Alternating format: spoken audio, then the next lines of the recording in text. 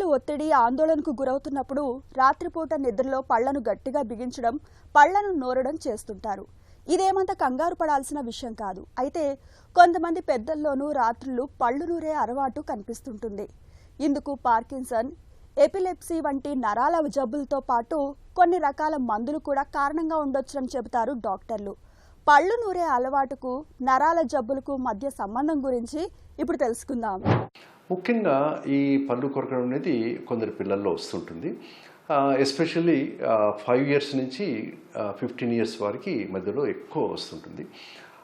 ఆ పళ్ళు ఎందుకు కొరుకుతారనేది ముఖ్యంగా ఈ పళ్ళు కొరకడం అనేది వాళ్ళకు తెలియని స్ట్రెస్, ఒకటి చెప్పలేని స్ట్రెస్ వాళ్ళకు బ్రెయిన్లో ఉండేదానివల్ల ఆ విధంగా ఆ రూపంలో, అంటే రకరకాల రూపంలో స్ట్రెస్ బయటపడుతుంటుంది పిల్లల్లో.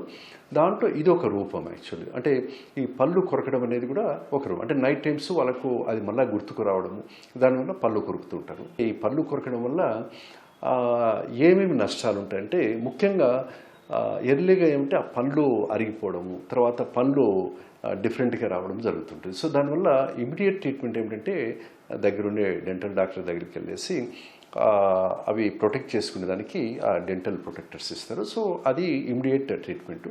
తర్వాత పర్మనెంట్ ట్రీట్మెంట్ ఏమిటంటే అది మళ్ళీ రాకుండా ఉండేదానికి ముఖ్యంగా స్ట్రెస్ ఎందుకు వచ్చింది అని కనుక్కొని దాన్ని తగ్గడం అనేది ఫస్ట్ పార్ట్.